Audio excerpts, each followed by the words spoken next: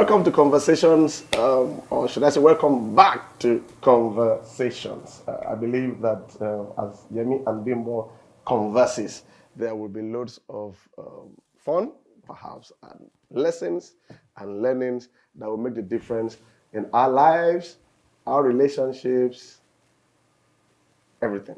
Welcome, Bimbo Davids.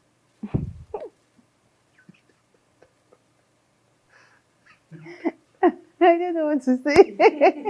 How was it going? You're not meant to. Why you meant to tell me welcome again? We're introducing the show. You've already mentioned my name, so it's okay. Okay, you're welcome. Thank you. Conversations. Okay, so it's interesting when it comes to young people and apathy towards marriage. I remember we were talking about it some time ago, and I realized that many young people have expectations, or I would say that marriage has been modeled to young people in a certain way, whether consciously or unconsciously. A lot of things have, like our own days when we got married, it was all about marriage, husband, wife, family, and that was all it had. Marriage was just not limited, but I would say more of husband, wife.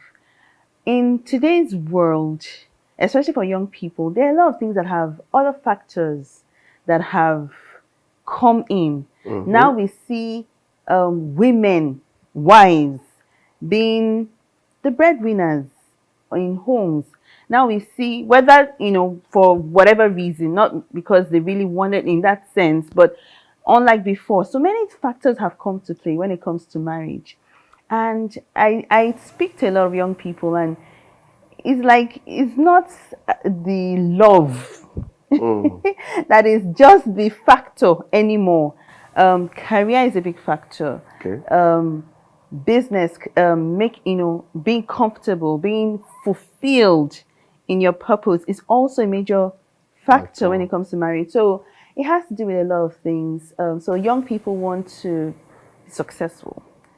Young people want to have a sense of identity apart from marriage. So a lot of things have, added some form of, so marriage is no longer number one. It used to be number one for me as a young girl. Okay. But now it's now number something else. Maybe for some young people, not everything. Not your own is still number one for you. I didn't say. I said for a lot of people, young people. It's still, so I'm just saying that a lot of factors have, come in. And, of course, another major factor is the conflicts that happen in marriage, the way husband and wives deal with conflicts. It's a major, I would say. I think we'll talk about that conflict stuff. Yeah. My take is this: two major things. Media, the narrative from media shows that marriages are not working, and young people, when they see that, there's this fear. I don't want to get into this thing. How am I going to do it? How am I going to, the media would not present to you marriages that are working and doing well. So there's this fear. Unfortunately, there are so many marriages doing well that the media is not showing. Yeah, because when people are doing well, they don't make noise necessarily. So I think that balance should be there in the thinking. There are loads of couples that are doing well. Maybe you have to search them out and learn from them. The other thing is this. In marriage, it looks like the destiny is no more in your hands alone. That's a major thing. A lot of young people want to have their destinies in their hands. Like, okay, if it is my business, and I'm an entrepreneur, I want to succeed. If I fail, I know it's my failure. But I don't want anything that will now take that power away from me, because the truth is, in marriage, it's not just about you anymore.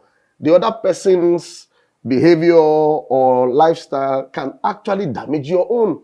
So people are thinking, I'd rather not get into that and live my life by myself, and maybe I can even succeed by myself and do well myself, rather than getting somebody else involved that will now scatter the table, for me. So that fear is there. That kind of independence, you want to just hold on to destiny by yourself. I want to make it, and I don't want anybody to come and tamper with it. The other thing is maybe be sensitive. The responsibilities of a successful marriage. Somebody's just thinking, do I need to carry this responsibility? I have to do this, I have to do that. But instead of looking at responsibilities, can you look at the beauty of it? I am grateful I am married. I'm better off for it.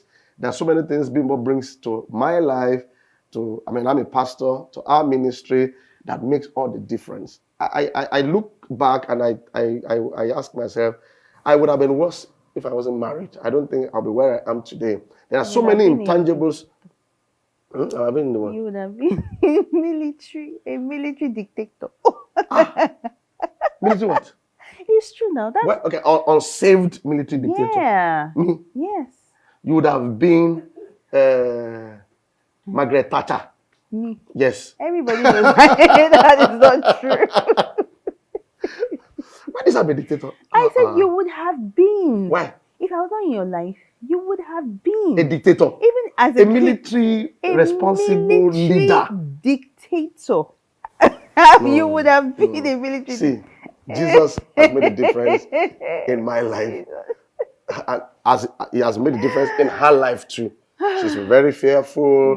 She when we were in school, I had to beg her to read her books. Yes, I would tell them. She said I'm a dictator. I used to beg her to read her books. She would not have graduated. So what would have been doing? And that's a leadership. That's a leadership. You don't need to drop her from school. That's not true. Absolutely. We are better off because we are married. I'm not a military dictator.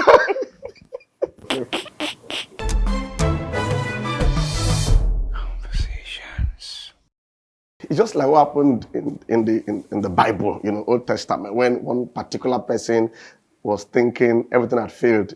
It's called Elijah. Okay, some of us know about Elijah.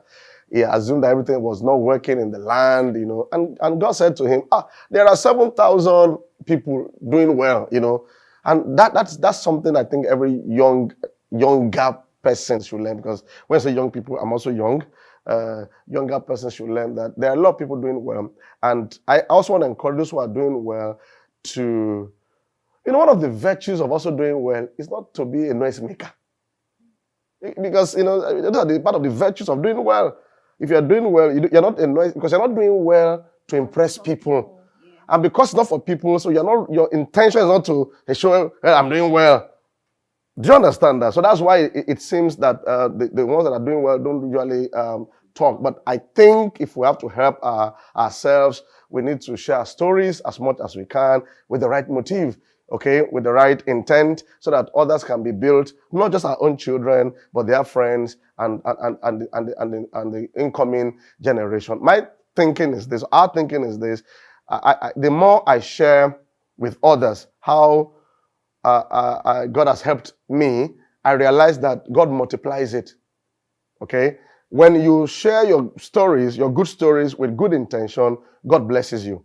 It's when it is with wrong intent, you want to, what do you call that? Clout, just want clout, you want more followers, want people to know. That motive can damage what has been doing well.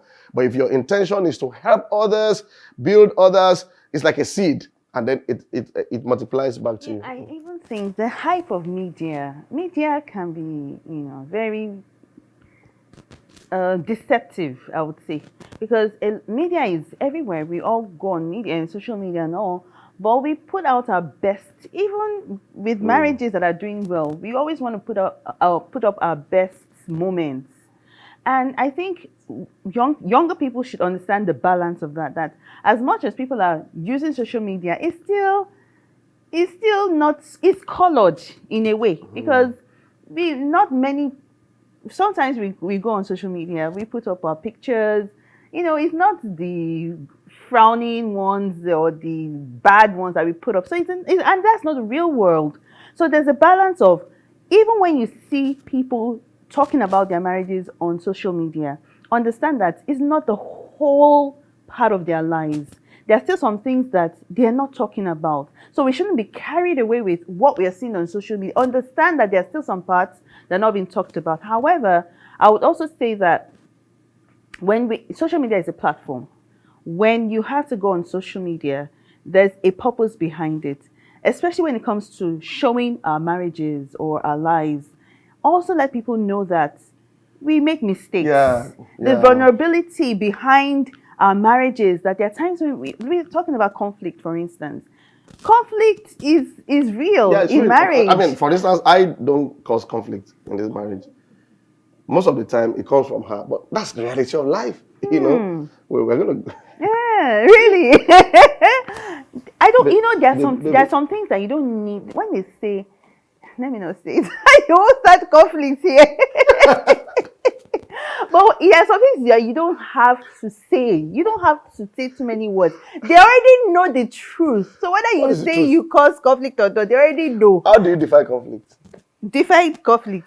When you are admonished and then you don't respond to That admonishing, is not is that conflict. conflict? That is not conflict. So Conflict. when your husband admonishes you on a particular matter Uh-huh. that will bless the entire family, Uh-huh. and then maybe you refuse to respond to it, Why? is that Wait. conflict? That is not It's when even. you don't respond to the No, admonishing, that the is not admonishment. conflict. That is not What's about conflict? conflict is not a bad word. And we need to put it out there. Conflict is just differences in opinions, in ideas, in desires. And managing conflict is what we should be talking about. The fact that we are having Akika. That definition is powerful. Let's talk about media. Let's not talk about conflict. I'm talking about young people, like running away from media. When I said media, I wasn't even talking alone. I'm talking about social media alone. I'm talking about movies. Most of the things we watch do not really promote marriage. You see, even when you see a man and a woman in any movie, it's more like boyfriend and girlfriend or just dating. There's hardly any series you watch that promotes a harmonious marriage. So knowingly, a lot of young people are shaped that, okay, I don't have to get married to be happy. You know, you have things that, like friendship with benefit. So so movies, you know, a lot of series that we watch on the various media platforms. Very rare will you see a James Bond, for instance, you know, getting married officially and then do all those things with his wife. It's more like a woman that just tagged along. And so a lot of people just believe that, oh, somebody can tag along. If I'm not doing well, I let her go, you know. And I just want young people to realize, to be aware that that is not real. Yeah. In the same industry, I mean, if you follow the trend now in Hollywood, you realize that when people now get into sexual crisis, they demonize them, they cancel them, and you are the ones promoting those things in the first place. Okay. So I just want us to be aware that that's not real life. That's not life. There are a lot of people, I mean, look left, right, and center. There are homes. Everybody comes from a family. The president, the engineer, the pastor is from a family. The question now is, how is that family? You also came from a family. So I want to just encourage young people not to be afraid of it, because I think marriage is a good place to train up for life. Yeah. It's one That of the same places. business, that same career. There's something about the health of the home in terms of learning to relate with somebody else and raising up children that makes you whole. I think I want to. Now let's go to conflict. Sherry, you talked about media. Let's go to the conflict What about conflict? Yeah. you brought it up. I didn't bring You conflict. said that you don't cause conflict. Did I say that? Okay, I said that. Oh, Jesus is Lord. See you next